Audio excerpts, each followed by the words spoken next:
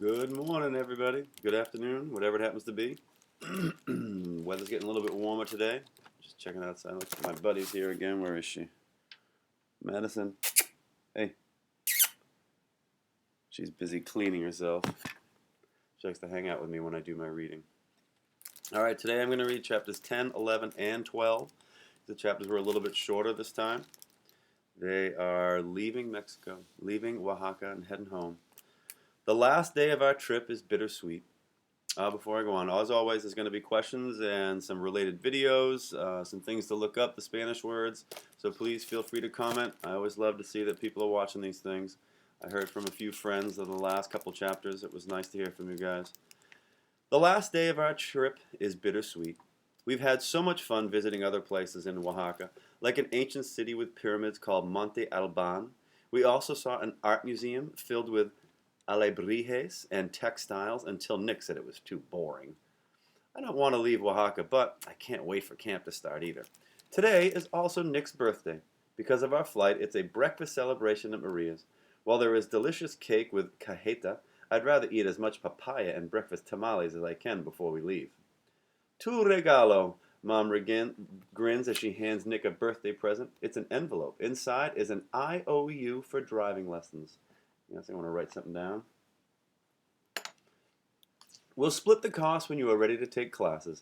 Nick practically picks Mom off the ground with his hug. Maria pats him on the back. Ahora tú eres un hombre. That means now you are a man.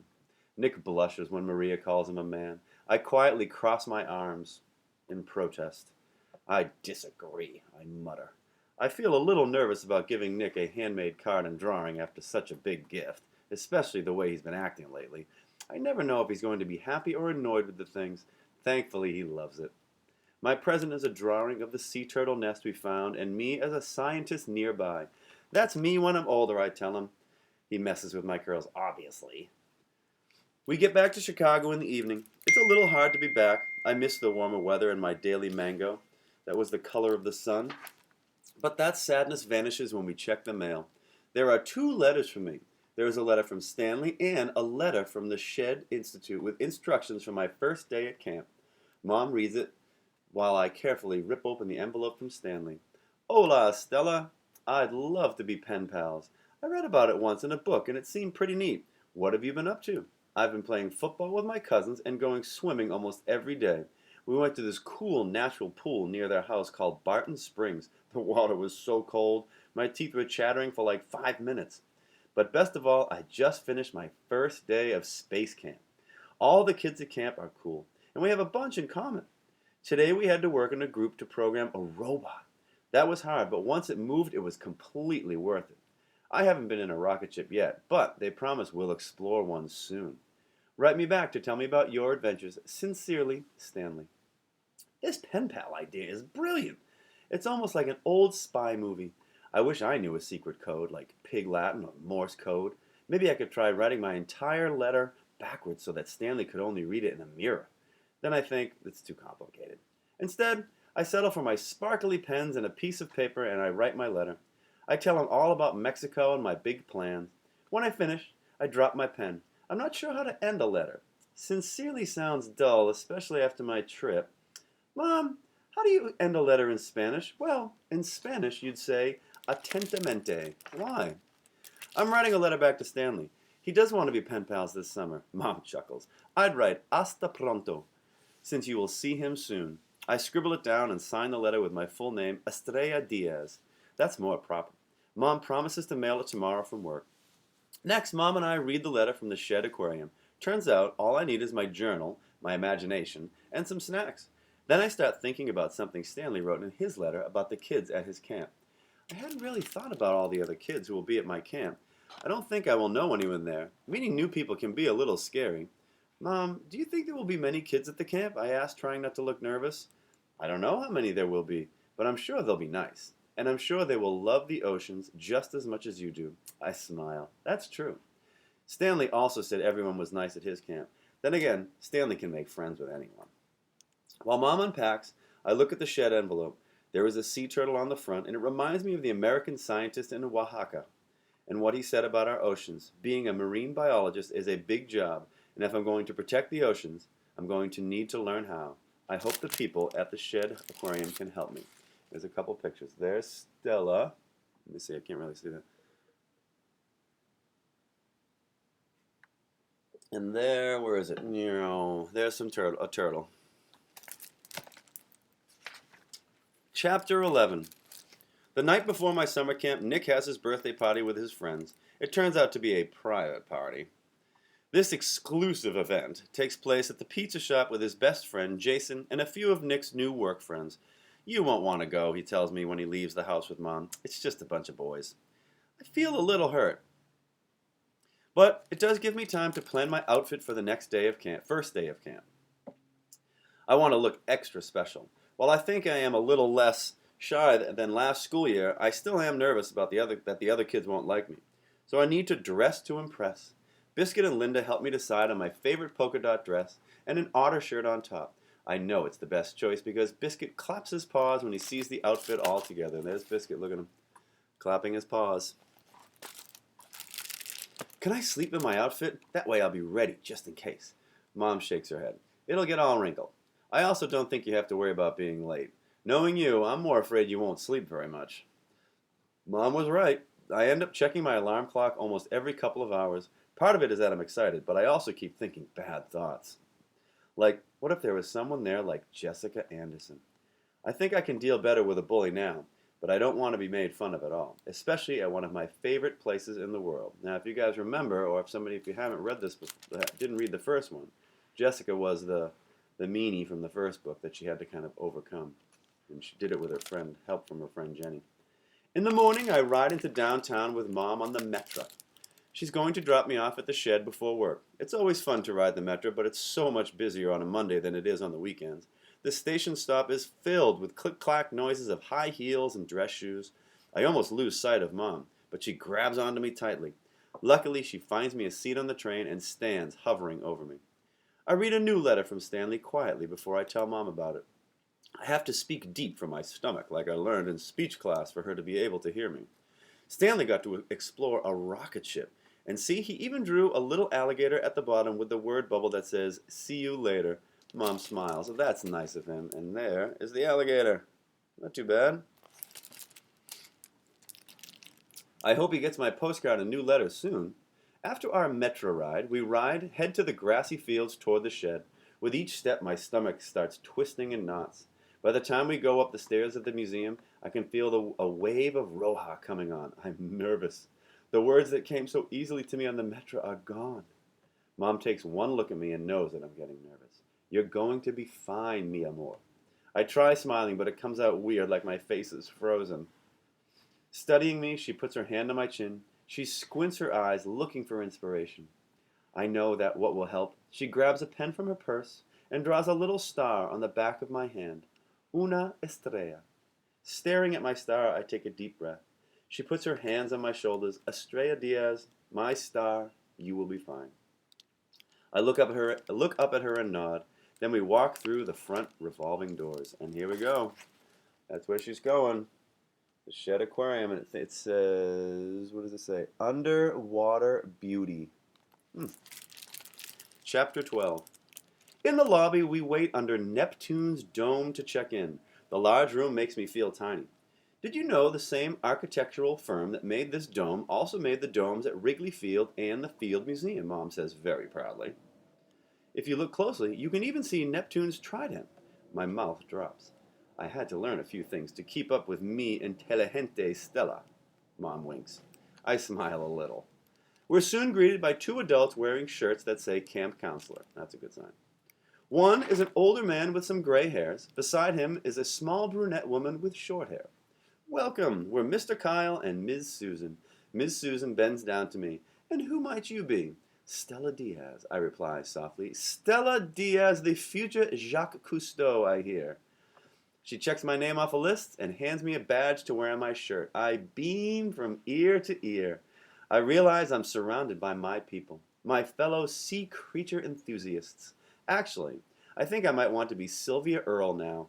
I continue. Did you know she, along with her husband, formed a deep ocean engineering design formed deep ocean engineering to design robotic machines to explore the oceans? Are you sure you're not running this camp? Said Mr. Kyle, putting his hands on his hips. I giggle and look at Mom, and she squeezes my shoulders. So there's somebody scuba diving, and there are the two camp counselors and Stella. Que te diviertas. Ooh, did I write that one down? Yes, I did. She whispers, telling me to have fun. With a kiss in my head, Mom heads to work. Mr. Kyle and Ms. Susan take me to a room where there are groups of other kids. The camp is for grades 3 through 5, so no one is too much older. One girl smiles at me right away. She looks Latina with long, curly brown hair and tanned skin. She looks exactly like the friend I always wished who would be in my class. Someone like me who loves sea creatures. I'm excited when she comes up to me. I'm Maria de la Cruz. I'm Stella Diaz. Habla español, she says, raising one eyebrow. Un poquito, I reply. That means just a little. She immediately looks let down. Quick, I can fix this, I think. I reply back, but I understand. Yo entiendo. She still looks a little disappointed. In one last attempt, I add, and I was born in Mexico. I just visited my family there, too. Her face softens some. It's hard sometimes being Mexican and not being able to speak Spanish. Well, I thought I had made some progress in Mexico, but now I feel like I just took 2 steps back. I start feeling nervous. This isn't going as well as I'd hoped. Then another kid comes over. She has braids all over her hair. Hi, I like your artist shirt. My name is Kristen. Thanks, I'm Stella. Do you know anyone here, she asks. I shake my head no. Me neither. As her face forms a smile, I can see a mouth full of braces. They have different brightly colored bands on each tooth. It looks like jewelry for her teeth. Let's stick together, she says. I let out a giant exhale. Whew. Yes, please. As we sit down next to each other, Mr. Kyle and Ms. Susan rise to stand in front of the group. Ms. Susan begins, looks like everyone is here. Let's have everyone stand up and introduce themselves. Make sure to mention something fun, too. Kristen starts. She's very confident. Turns out she's going to 5th grade next year. Seeing her go makes me want to try to go next. I've been trying to pretend I'm brave. Fake it till you make it. Fake it till you make it, they say. I'm just nervous because I care, they say. I stand up. I start feeling a little roja, but I speak anyway. I'm Stella. I'm 9, well, 9 1/3. I can tell I am speaking too fast, so I try to slow down. I love the ocean. I just saw it in person for the first time in Mexico. I want to be a marine biologist and help protect the ocean. The ocean is my favorite place in the world. That's great. We'll teach you some ways you can help, says Mr. Kyle. I feel my heart beating. I wanted to say so much more, but I'm afraid. So I sit down. Who wants to go next? I'm a little frustrated. In my head, I had planned to go into this long speech where people would applaud and I would... Oh, but then I only got a few words out. How can I be a crusader if I can't spread the word? Then Kristen leans over. I want to save the oceans too, she says. I look at her. She's not joking. Do you want to help me, I ask? She nods her head. We stop talking because we get a few hushing looks from Ms. Susan, so we settle it by shaking pinkies. I notice a few other kids as they present. Mariel talks about how she loves to go snorkeling. We used to go snorkeling when we were in Florida, she adds. I want to be a zoologist. I look over at her as she sits down. I try to smile at Mariel, but she doesn't notice. I hope I can turn things around with her. I've never met anyone who went snorkeling before. Another kid, Logan, introduces himself as obsessed with sharks, he says. The megalodon is so cool. Too bad it's extinct. Logan has a Chicago accent. He's a little bit shorter than me, but my same age. Another girl, Erica, shares with us that she's been whale watching. Then another boy, Dan, says, I also want to be a marine biologist. After everyone introduces themselves, Mr. Kyle and Ms. Susan stand up. Obviously, everyone is here because they love the oceans, and I heard a few of you say you'd like to be marine biologists. A few kids and I nod at each other. Do you know what that means? Logan raises his hand. It's someone who studies the oceans, he says. That's right, replies Miss Susan. And there is a big range in what they do, says Mr. Kyle. A marine biologist can study animals and their behaviors, microorganisms, how people affect the oceans, and how to protect the ocean's ecosystems, just to name a few. Our job this week is to give you a sneak peek into all these categories. Our hope for all of you is that you leave here understanding the oceans and appreciate why they're so important to the planet, says Ms. Susan, and of course, that you'll have fun too. We'll give you first-hand experiences and have you all create projects with your own hands. For example, one year, we had campers do experiments to learn about how blubber, feathers, and fur keep animals warm in cold ocean waters. Then they use what they learned to design a suit for themselves to keep warm in the wintertime. The group murmurs with excitement. Kristen whispers, I want to do that. We'll discuss more about all of our projects later, but let's get started with a tour, says Mr. Kyle. Then Mr. Kyle and Ms. Susan take us behind special locked doors. They have to wave their badges and type in a passcode to get in. Once the door buzzes open, they say, it's magic time, and we begin the tour. All right, that's going to be it for today. As always, please check down here. Log in. Let me know that you're reading. I heard from a few friends. I would love to hear from many, many more, and I will answer every single comment that shows up. Make sure you go outside and play today. And then when you're done playing outside, go outside and play some more. Give your parents a break. Be good to them. Eat the food that they prepare. Keep your rooms clean. But most importantly, go outside and play. Get away from your video games. Put down your phones, your tablets. Go outside. Climb a tree. Stare up at the sky. Whatever it is, do it outside. It's going to be nice out. We got to stay healthy. And the fresh air is going to be great for you.